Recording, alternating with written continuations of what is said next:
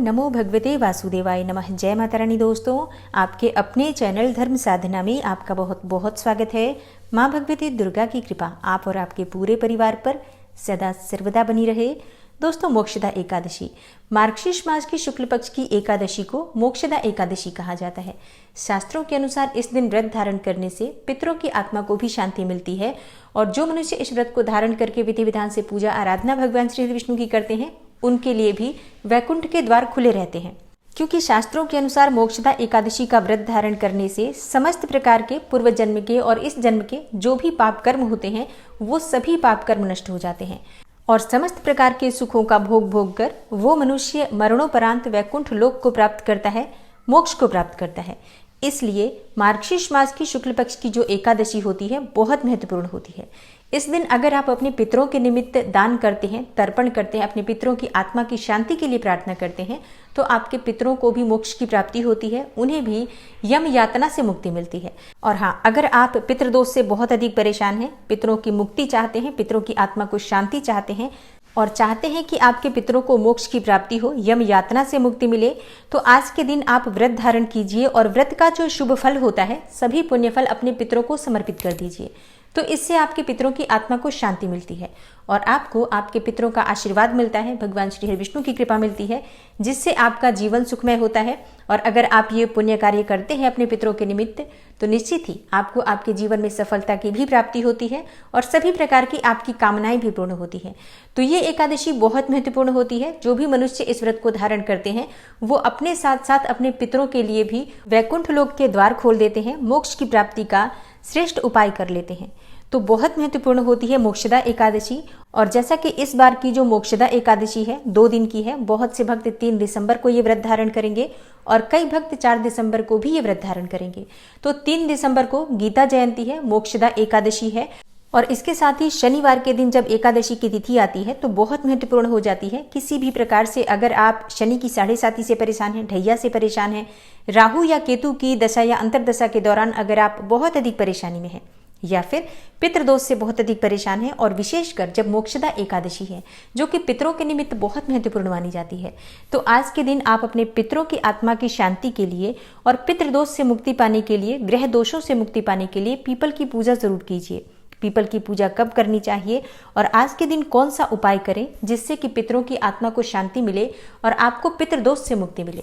और जैसे कि आप आर्थिक रूप से बहुत अधिक परेशान हैं, मानसिक रूप से आप बहुत अधिक परेशान हैं या फिर आप शारीरिक रूप से बहुत अधिक परेशान हैं, जैसे कि आप रोगों से परेशान हो, ऋण से परेशान हो, शत्रुओं से परेशान हो या फिर विवाह में, संतान प्राप्ति में, धन प्राप्ति में बहुत अधिक बाधाएं आ रही हैं, घर में बहुत अधिक कलह क्लेश रहता है, किए कराए तंत्र मंत्र का प्रभाव अगर आपके घर में है या फिर घर में बहुत अधिक नकारात्मक ऊर्जा है, तो आज की वीडियो में जो उपाय मैं आपसे शेयर करने वाली हूँ ये 3 दिसंबर को मोक्षदा एकादशी के दिन आप जरूर करें। इससे आपको सभी प्रकार के कष्टों से मुक्ति मिलेगी और आपके मन की कोई भी कामना हो निश्चित ही वो पूर्ण होगी। तो आज की वीडियो बहुत महत्वपूर्ण है, पूरा जरूर देखिए और अगर आपको आज की वीडियो अच्छी लगे तो इसे लाइक भी जरूर कीजिए, क्योंकि आपके लाइक्स, आपके कमेंट्स मेरे लिए बहुत महत्वपूर्ण होते हैं। ये एकमात्र जरिया है जिनसे मुझे पता चलता है कि आपको ये वीडियो अच्छी लगती है और आपके लिए ये वीडियो उपयोगी है। तो अगर वीडियो अच्छी लगती है तो लाइक तो जरूर ही किया करें। इसके साथ ही कमेंट बॉक्स में माता रानी के नाम का जयकारा भी जरूर लगाएं, इससे आपको सकारात्मक ऊर्जा की प्राप्ति होती है। और अगर आपका कोई भी सुझाव हो, कोई भी प्रश्न हो या कोई विशेष वीडियो देखना चाहते हैं तो उसके लिए भी कमेंट बॉक्स में जरूर लिखिए। चैनल पर पहली बार आए हैं, अगर अभी तक आपने चैनल को सब्सक्राइब नहीं किया है तो आज की वीडियो अगर आपको अच्छी लगे तो चैनल को सब्सक्राइब जरूर कर लीजिए और बेल बटन को भी प्रेस कर लीजिए। तो इससे ये होगा कि इस चैनल पर जो नई वीडियो अपलोड होंगी उनकी नोटिफिकेशन आपको सही समय पर प्राप्त होगी। तो बात करेंगे उपाय के बारे में, लेकिन उससे पहले जानते हैं मोक्षदा एकादशी के शुभ मुहूर्त के बारे में।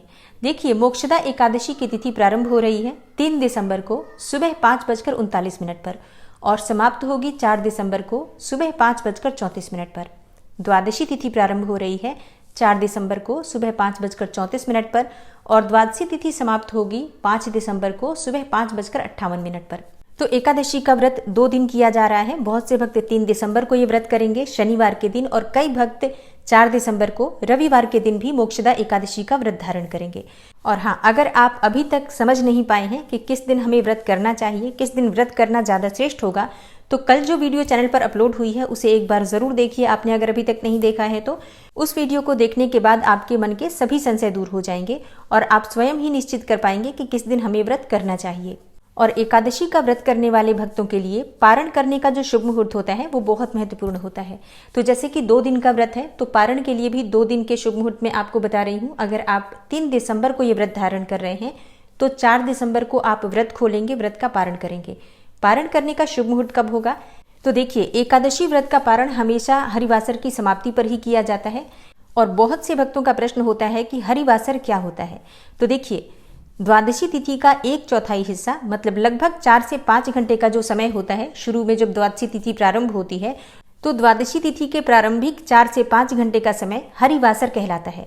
और शास्त्रों के अनुसार एकादशी व्रत का पारण हरिवासर में करना पाप के समान माना गया है।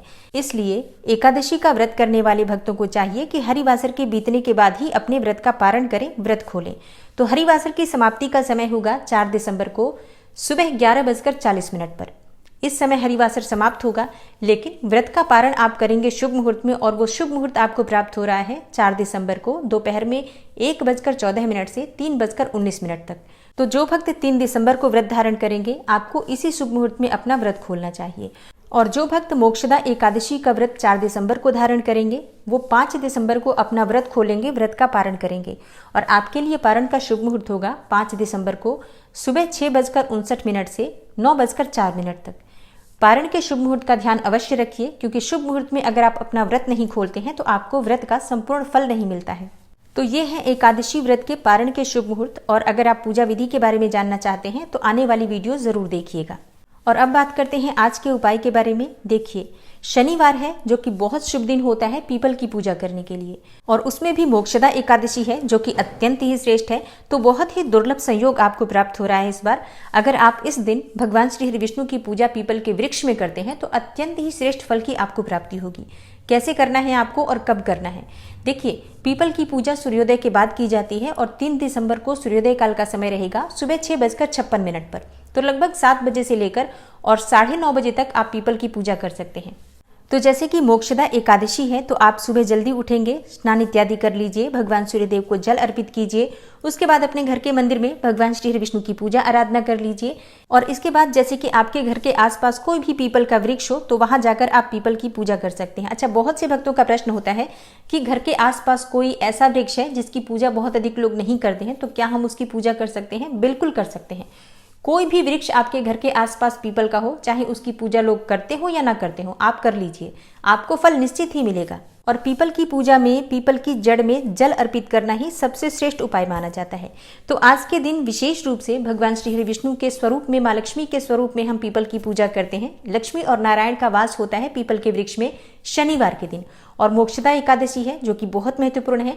तो ऐसे में आपको एक पात्र लेना है, उसमें थोड़ा सा कच्चा दूध डालना है। अच्छा हाँ, आप चाहें तो पहले थोड़ा सा गंगा जल डाल सकते हैं अगर आपके पास गंगा जल हो तो पात्र में आपको सबसे पहले गंगा जल डालना है, फिर थोड़ा सा कच्चा दूध डालना है। गाय का दूध मिल जाए सर्वश्रेष्ठ है, लेकिन अगर गाय का दूध नहीं मिलता है तो ऐसे में आपके पास जो भी दूध उपलब्ध हो, बस कच्चा होना चाहिए, उबला हुआ दूध नहीं हो, बस इस बात का ध्यान रखिए।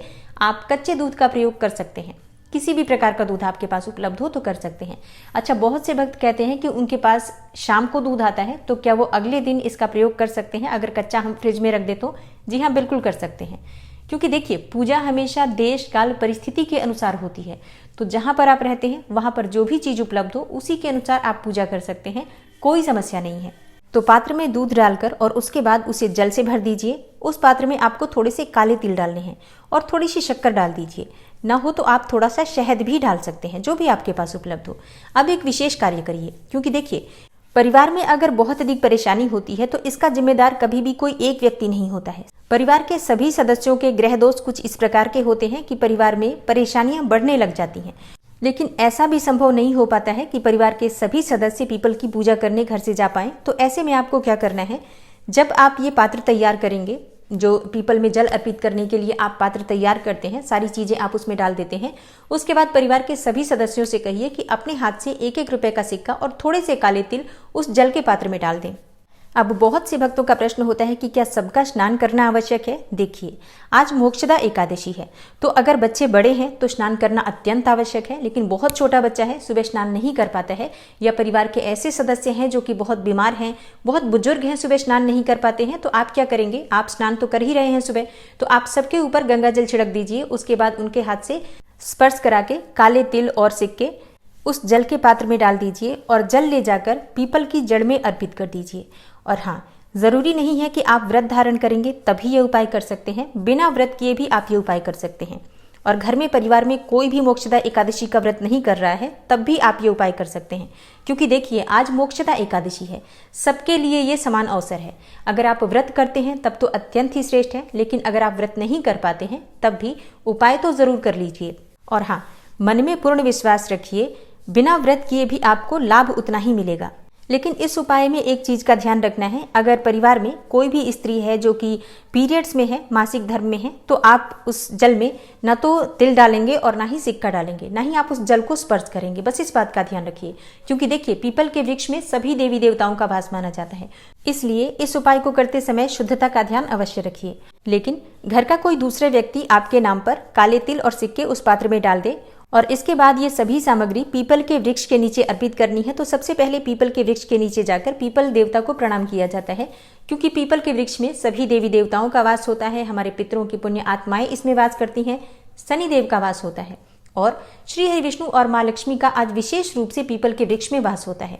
तो आप जाकर सबसे पहले वृक्ष देवता को प्रणाम करें, अपने पितरों को स्मरण करें, उन्हें प्रणाम करें, शनिदेव को प्रणाम करें और श्री हरि विष्णु और माँ लक्ष्मी का ध्यान करते हुए वो जो आपके हाथ में जल का पात्र है पीपल की जड़ में अर्पित कर दीजिए। इसके बाद पीपल की 7 बार आपको परिक्रमा करनी है। आज शनिवार है तो पीपल को आप स्पर्श करके परिक्रमा कर सकते हैं। शनिवार के दिन पीपल को स्पर्श करके अगर आप अपने मन की कोई भी कामना कहते हैं तो वो निश्चित ही पूर्ण होती है। और शनिवार को पीपल को स्पर्श करने से सभी प्रकार के ग्रह दोषों से मुक्ति मिलती है। तो पीपल को स्पर्श करते हुए आप ओम नमो भगवते वासुदेवाय नमः इस मंत्र का जप कीजिए, क्योंकि आज एकादशी भी है। और इसके साथ ही आपको ओम शं शनिश्चराय नमः इस मंत्र का भी कम से कम 11 बार 21 बार जप करना चाहिए, ताकि शनिदेव की कृपा आपको प्राप्त हो और आपके जो कार्य हैं, रुके हुए कार्य हैं, वो सभी कार्य निर्विघ्न पूर्ण हो। तो एक बार फिर से सुन लीजिए, पीपल में आपको सबसे पहले जल अर्पित करना है, उसके बाद से वहां धूप दीप अर्पित करके पीपल की विधिवत पूजा आराधना करनी है, भगवान श्री हरि विष्णु और माँ लक्ष्मी का अपने मन में ध्यान करना है। उसके बाद पीपल के वृक्ष को स्पर्श करते हुए 7 बार परिक्रमा करनी है। और मंत्रों का जप आप अपनी इच्छा के अनुसार कितनी भी संख्या में कर सकते हैं। और हाँ, कुछ भोग अवश्य हमें पीपल की जड़ में अर्पित करना चाहिए, जैसे कि आप चाहें तो 5 प्रकार की मिठाई एक पीपल के पत्ते पर रखकर वहीं पीपल की जड़ में अपने पितरों के निमित्त पितरों को समर्पित करते हुए अर्पित कर सकते हैं। और 5 प्रकार की मिठाई नहीं है तो क्या करें, तो ऐसे में आप गुड़ या शक्कर जो भी आपके पास उपलब्ध हो एक पीपल के पत्ते पर रखकर जरूर अर्पित कीजिए। इससे आपके पितरों की आत्मा को शांति मिलती है, पितरों को तृप्ति मिलती है, तो आपके जीवन में सुख सुविधाओं की प्राप्ति होती है। और जो भी आपके जीवन में बाधाएं आ रही हैं, चाहे संतान प्राप्ति में, धन प्राप्ति में, या फिर आप रोगों से परेशान रहते हैं, शत्रुओं से परेशान रहते हैं, काम काज में परेशानियां हैं, इन सभी परेशानियों से मुक्ति मिलती है। तो पितरों को तृप्त करने के लिए भोग अवश्य अर्पित कीजिए। तो ये तो हो गई सुबह की पूजा जो आपको जरूर करनी है। इसके साथ ही शाम के समय भी एक और उपाय कर लीजिए। देखिए, शाम को दीपदान का विशेष महत्व होता है पीपल वृक्ष के नीचे, लेकिन आटे के दीपक बना लीजिए। जैसे कि 9 दीपक आपको आटे के बनाने हैं। आटे का दीपक अगर आप नहीं बना पाते हैं तो ऐसे में आप मिट्टी का दीपक जरूर ले सकते हैं, लेकिन पूरा प्रयास कीजिए कि आप आटे के दीपक बना सके। गेहूं के आटे का दीपक बना लीजिए। उस दीपक में आपको सरसों का तेल डालना है। और हाँ, एक और कार्य कीजिए, कभी भी आटे का दीपक जब हम बनाते हैं तो उसे खाली नहीं रखा जाता है। हल्दी या कुमकुम किसी चीज से उसमें टीका लगा दीजिए, तिलक कर दीजिए। सादा दीपक शुभ नहीं माना जाता है। और इन सभी दीपक में आपको सरसों का तेल डालना है, थोड़े से काले तिल डालने हैं और काली उड़द के 7 दाने हर दीपक में आपको डालना है। और दीपक में लंबी वाली बाती का प्रयोग किया जाएगा। और अब ये सभी दीपक ले जाकर पीपल वृक्ष के नीचे अर्पित करना है। सभी दीपक को प्रज्वलित करना है। कब करना है? देखिए, पीपल में जो दीप दान किया जाता है संध्या काल में किया जाता है। संध्या काल मतलब सूर्यास्त का जब समय होता है, जब हम अपने घर में भी दिया बत्ती प्रज्वलित करते हैं, तो घर में दीपक प्रज्वलित कर लीजिए। उसके बाद पीपल वृक्ष के नीचे जाकर आपको दीपदान करना है। जब आप दीपक प्रज्वलित कर लेंगे तो हर दीपक में आपको एक सिक्का डालना है, 1 रुपए का या 2 रुपए का, 5 रुपए का, जो भी आपके पास उपलब्ध हो डाल दीजिए। लेकिन दीपक प्रज्वलित करने के बाद सिक्का डालना है, इस बात का भी ध्यान रखिए। इसके बाद अपने दोनों हाथ जोड़कर आंख बंद करके अपने पितरों का मन में स्मरण कीजिए और प्रार्थना कीजिए कि हे पितृदेवता, हम पर कृपा कीजिए। जाने अनजाने मुझसे, मेरे परिवार से या परिवार के किसी भी सदस्य से जाने अनजाने कभी भी और किसी भी प्रकार की भूल चूक हुई हो तो इसके लिए हमें क्षमा कर दीजिए और हम पर कृपा कीजिए। हमारे जीवन में जो परेशानियां हैं, जो कठिनाइयां हैं, उन कठिनाइयों से हमें मुक्त कीजिए। तो सच्चे मन से, पूरे श्रद्धा भाव से अपने पितरों को याद करके, पितरों को स्मरण करके अपने मन से अपने भाव व्यक्त कीजिए। अपनी परेशानियां, अपनी कठिनाइयां जो आपके जीवन में हैं वो अपने पितरों से कहिए और पितरों की कृपा प्राप्ति के लिए उनसे प्रार्थना कीजिए।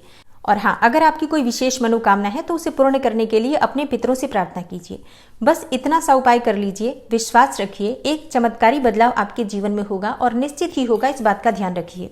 क्योंकि आपके इस उपाय से आपके पितरों की आत्मा तृप्त होती है। आपके पितरों की आत्मा जब प्रसन्न होगी तो आपके जीवन में चमत्कारी बदलाव होंगे, इसमें कहीं कोई संशय नहीं है। तो आज आप ये उपाय जरूर कर लीजिए। कोई भी इस उपाय को कर सकता है, बच्चे बड़े कोई भी इस उपाय को कर सकते हैं। परिवार का मुखिया करे तो ज्यादा अच्छा होता है।